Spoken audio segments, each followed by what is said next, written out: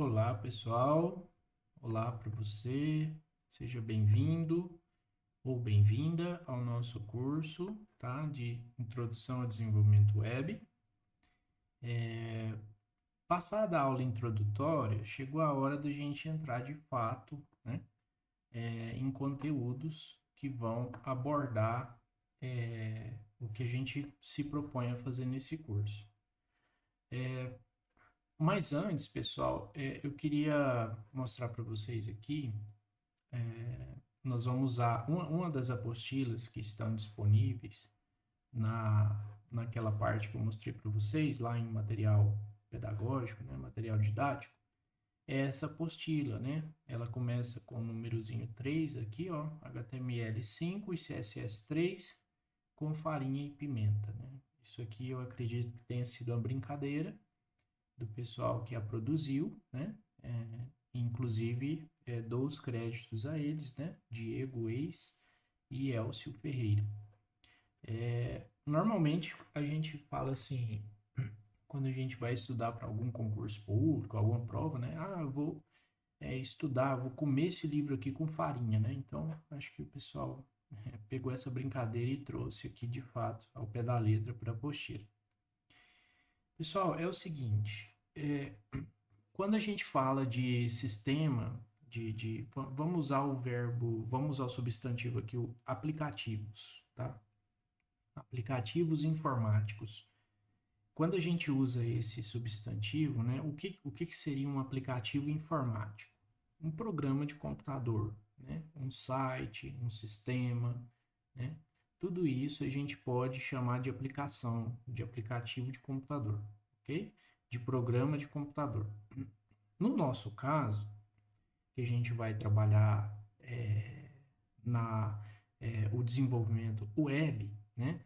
Esses aplicativos eles se organizam em um conjunto de arquivos, tá? Que tem uma determinada extensão, né? Que seria ali para quem talvez não tá tendo o primeiro contato agora com o curso de informática. Uma extensão de arquivo é o que a gente chama, é o que dá determinadas características a um conjunto de instruções, né? Um conteúdo, tá?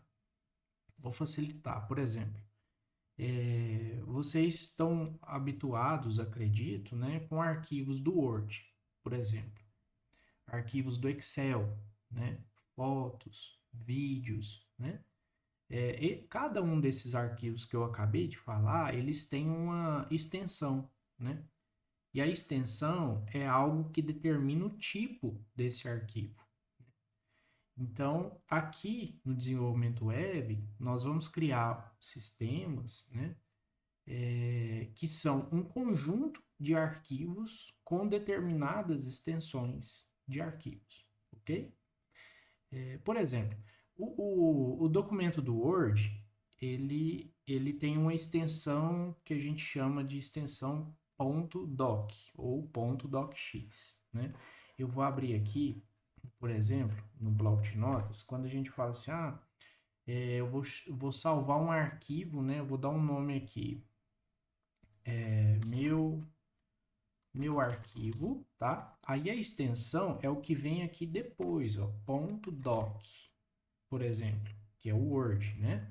Ou, por exemplo, meu arquivo.docx. Essa é a extensão do Word. Quando é o Excel, por exemplo, minha planilha ponto xls ou minha planilha ponto xlsx, né? Então são arquivos do Word, do Excel. No nosso caso, nós vamos usar o seguinte: arquivo arquivo 1.html, por exemplo, né? Então essa é a extensão que nós vamos usar ao longo do curso todo, tá bom? Mas por que eu estou falando isso para vocês agora? Porque já vai passar uma visão para vocês de como será, como que a gente entra nesse mundo do desenvolvimento web de uma forma mais mais clara, mais tranquila, tá? Bom, dito isso, né, que é, os aplicativos são um conjunto de arquivos, né? Nós também temos aqueles programas de computador que são em um arquivo único, tipo o Sublime que a gente acabou de baixar na aula anterior, né? Geralmente é um arquivo executável que você instala, né? E a instalação, o que que ela faz? Ela divide esse arquivo único, ou melhor, a gente pode dizer que ela extrai, ela coloca vários arquivos que estavam empacotados, né? Comprimidos, juntados, dentro de algum diretório, de alguma pasta do seu computador, né? Então, um programa de computador ele funciona assim, né? O Sublime é um exemplo de um programa que funciona local, né? Ou seja, na nossa máquina, né? Já os programas, os aplicativos, as aplicações que nós vamos trabalhar aqui no curso, são arquivos que estão em um computador que não são os nossos computadores, né? Sites, sistemas que a gente realmente usa, né? Por exemplo, a plataforma Moodle aqui, ela está em um computador, né? Localizado na UFG, por exemplo, né? E aí, através da internet, a gente consegue acessar esse sistema, esse aplicativo. Bom, e para entender isso aqui, né? Eu peguei essa imagem aqui na internet, e aqui a gente consegue entender de fato isso, né? Os arquivos que a gente gera, que a gente cria, que vão compor, que vai constituir um sistema informático, eles vão ficar hospedados, ou seja, armazenados em um computador de grande porte, né? Preparado para ficar em funcionamento 24 horas, 7 dias por semana. O que seria isso? Ininterruptamente, tá? Esse computador ele não desliga. Mas isso não seria bem assim, a gente não precisa detalhar tanto, não precisa preocupar tanto com essa parte, né? Nossa questão mesmo vai ser desenvolvimento de código. Mas para vocês entenderem, todos os códigos que a gente faz, que a gente cria, né? Sites, programas, sistemas, eles vão ficar armazenados em um determinado diretório, em servidores, né? Que são, é o nome que a gente dá para esses computadores de grande porte, esses computadores preparados para funcionar continuamente, né? Então, esse conjunto de arquivos que são os nossos sistemas, eles ficam nesses servidores, né? Bom, e através da internet, que é essa nuvenzinha aqui, né, central, nós conseguimos acessar os sistemas através de notebooks, né, laptops, tablets ou smartphones, ou computadores de mesa, tá? Ou qualquer outro dispositivo que consiga fazer o acesso através da internet, né, a esse sistema, esse aplicativo. Gente, esse desenho, tá? É um tipo de arquitetura que a gente fala na informática que se chama cliente-servidor, tá? Então, quando eu falar lado do servidor, eu estou falando do lado direito aqui, ó, do servidor. Quando eu falar lado cliente, ou client-side, eu estou falando do lado esquerdo aqui, que pode ser um notebook, um smartphone, um computador, ok? Dito isso, vamos começar com o nosso. Deixa eu ver aqui, eu acho que eu vou falar um pouquinho para vocês, antes da gente abordar conteúdo teórico da apostila, nós vamos falar sobre a aplicabilidade desse curso, tá? A aplicabilidade desse curso ela está muito relacionada com a parte visual de sistemas, que é uma coisa essencial hoje em dia, tá? E tem uma técnica no desenvolvimento de sistemas que se chama prototipação visual, né? Essa prototipação visual, ela tem 3 níveis, tá? Baixa fidelidade, média fidelidade e alta fidelidade, tá? O que nós vamos fazer, esses conhecimentos aqui do curso, vai nos permitir criar protótipos visuais de alta fidelidade. O que seria isso? Protótipos visuais que vão refletir exatamente o visual que os usuários, né, os utilizadores de sistemas vão ver, né? Aqui nessa imagem, como vocês podem ver, ó, a pessoa está fazendo um esboço de um aplicativo para celular, tá? À mão livre, né? Usando uma caneta aqui, fazendo desenhos e tudo mais. Isso aqui é um modelo de baixa fidelidade, tá bom? E não se enganem, pessoal, todo o sistema ele nasce dessa forma aqui que vocês estão vendo. Pensando em ideias, em ícones, em telas, né? É assim que nascem os sistemas. Aqui, do lado de cá, a mesma coisa, ó. Eu vou dar um zoom aqui para vocês verem, né? Aqui as pessoas, inclusive, ó, aqui nessa última telinha projetada, né? Tem aqui o tecladinho, né? Dos smartphones, por exemplo, tá? Ó, deixa eu ver aqui na próxima, a mesma coisa, né? Que eu quis trazer para vocês. E na próxima, exatamente assim, o passo a passo, né? Do que seria o produto final, né? Então aqui as pessoas pensam, né, nessa primeira tela que já tem uma espécie de, vou colocar aqui à esquerda, no canto superior aqui, esquerdo, eu vou ter uma foto de perfil, né? À direita disso aqui eu vou ter um nome, né? Enfim, né? Aqui tá sendo pensado os espaços, né? É como se fosse uma grade. Imaginem uma grade.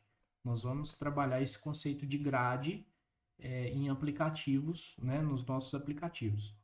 Então, mais adiante, né? Fase a fase, tem aqui uma setinha de voltar, por exemplo, tem um lapisinho aqui que seria um ícone que provavelmente você vai conseguir entrar e editar, né? O seu perfil. Aqui no final, finalmente tem as fotos, né, publicadas, né, uma breve descrição aqui, uma foto mais assim, não é quadrada, pelo contrário, é redondinha, né?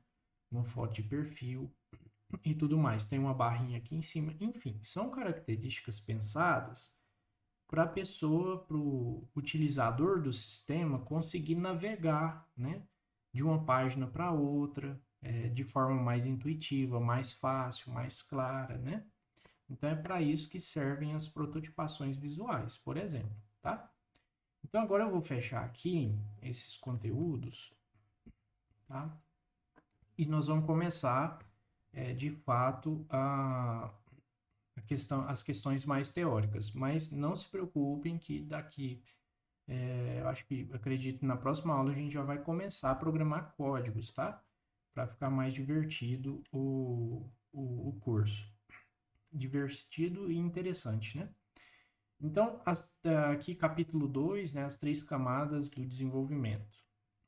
Aqui eu vou fazer leituras com vocês, tá? Pequenos trechos, tá?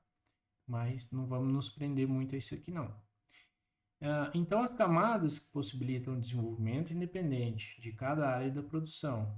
Se quisermos modificar o design, podemos fazê-lo manipulando apenas o CSS, sem preocupar com HTML, JavaScript ou programação server-side. Lembra que eu falei, ó, lado do servidor.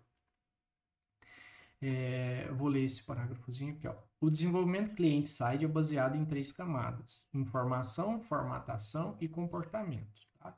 Então, lado do cliente é o lado que você vai pensar no sistema, é o lado que o utilizador vai acessar, vai dar clique, vai interagir com o teclado, né? Vai visualizar fotos, vai executar vídeos e tudo mais. Então, esse é o cliente-side, tá? E o server-side, né, o lado do servidor, que a gente viu lá na imagem, é onde o sistema está hospedado, né, que é diferente. Bom, então o CSS não consegue evoluir se o HTML manter congelado no tempo. Um dos principais problemas quando desenvolvíamos com as tabelas era a mistura de formatação com a informação. Aqui ele está dando informações, pessoal, em relação a conversa dessas duas tecnologias, tá? Por exemplo, o HTML com o CSS. Vamos mais adiante aqui, que fala sobre informação, que mais? Deixa eu ver aqui o que é importante para a gente abordar e não ficar muito maçante. Ó, por exemplo, o CSS é o responsável por formatar a informação para que ela seja consumida em qualquer meio de acesso, de forma simples. É o que eu falei para vocês lá no vídeo anterior. O CSS são estilos, são a parte estética, né, que vai colorir, que vai fazer os ajustes, dependendo se você estiver acessando via smartphone, via tablet, via uma tela maior, tá? O CSS é que faz todos esses ajustes, tá? Mais adiante a gente tem a parte do comportamento, né? Que seria, entra aí então o JavaScript, que é o que eu falei para vocês, é, é o cara que vai, é a tecnologia que vai controlar, que vai ajudar, né, com que a pessoa acesse o sistema de forma correta. Por exemplo, vocês devem ter visto já aqueles formulários que a gente preenche em determinados sistemas, que o botãozinho de enviar ou salvar, ele não é habilitado enquanto a pessoa não preenche algum campo, né? A gente vê muito isso naqueles termos, né? A gente marca lá, aceita os termos de uso. Aí o botãozinho finalmente é habilitado, né? Aquilo lá é uma função JavaScript, por exemplo, né? É uma função que o JavaScript entrega para nós e que a gente consegue utilizar misturado com o HTML, certo? Bom, mais adiante nós temos o capítulo 3, que vai falar a respeito de protocolo HTTP, que é importante, tá? De fato, o que é a linguagem HTML, tá? Então, vamos ler esse pedacinho aqui, ó. O HTML é o pessoal fala que é eu esqueci o nome, mas é uma abreviação, tá? De Hypertext Markup Language, tá? Linguagem de marcação de hipertextos, tá? Traduzindo, significa, né? Linguagem de marcação de hipertexto. É uma linguagem, ó, para publicação de conteúdo. Texto, imagem, vídeo e áudio e outros, tá? Mais adiante, a gente tem, deixa eu ver o que a gente tem. Tem algo interessante que vale a pena ressaltar, pessoal. Muita gente confunde a linguagem HTML e fala que ela é uma linguagem de programação. Isso não é verdade. É uma linguagem de marcação, ok? Basicamente, é assim, pessoal. Você tem determinados comandos, determinadas marcações que você salva no seu arquivo, no seu documento HTML, né? E quando você acessa esse arquivo nos browsers, ou seja, nos navegadores de internet, Chrome, Firefox, Internet Explorer, Opera, né? E tantos outros, esses browsers vão interpretar essas marcações HTML e vão disponibilizar para vocês, para os utilizadores, botões, formulários, as imagens, bem como os seus posicionamentos na página, né? Se você manda colocar um botão em cima à direita, ou embaixo à esquerda, ou centralizado numa página, quem faz isso é o HTML, ok? Aqui mais adiante fala da questão da evolução, né? HTML, depois 2.0, 3.0, até chegar no 5, HTML5, que é o que a gente utiliza hoje. Agora, eu queria tratar com vocês o seguinte, ó.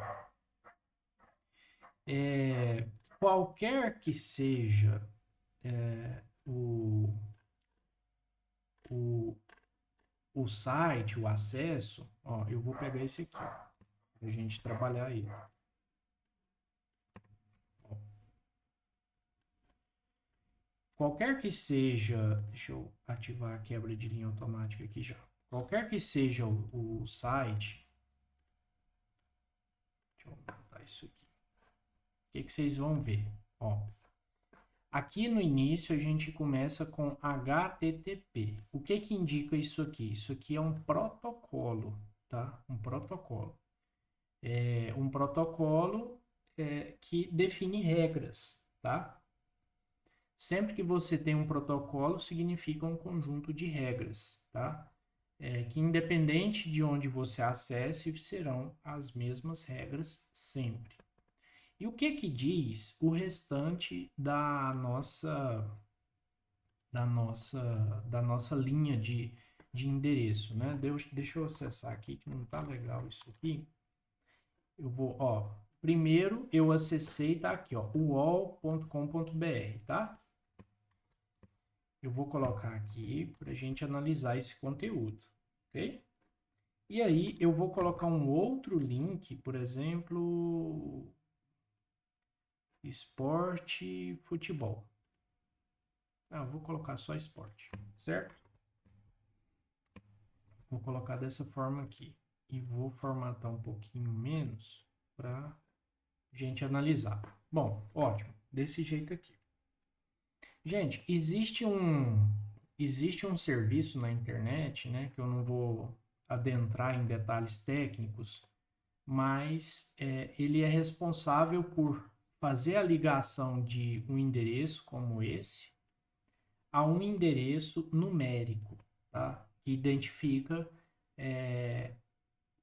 onde estão os servidores, que são aqueles computadores que eu falei para vocês, que é onde são hospedados os nossos aplicativos web, tá? Os aplicativos desktop, que são aqueles locais, não é dessa forma, não é bem dessa forma. Mas, enfim. Trocando em miúdos é o seguinte, a partir do momento que eu acesso o uol.com.br, significa que esse site do UOL, né, que esse site de notícias, que são um conjunto, um aglomerado de muitos outros arquivos, ele está em um servidor específico na internet, né? Que eu acesso via internet, né? E esse servidor, ele tem um endereço numérico, né? Então, nada mais esses nomes aqui é para facilitar para a gente. Imagina lá a gente acessando 231.162.17.35. Quem que vai lembrar disso, né? Ninguém. Então, essa conversão de números para nomes, né, isso é uma tecnologia também que quem faz o curso de sistemas de informação, cursos da área de informática, né, vão aprender um pouco mais sobre isso. E no YouTube também tem outros vídeos que vão falar sobre isso, tá, pessoal? Outro detalhe importante, né? Aqui a gente tem um protocolo, né? Só que acrescido de S, tá? Esse S significa que é um protocolo seguro, ou seja, a partir do momento que eu cliquei que eu acessei o site do UOL, né? Pelo fato de ter o S aqui, significa que eu acessei de forma mais segura. Ou seja, ninguém consegue interceptar.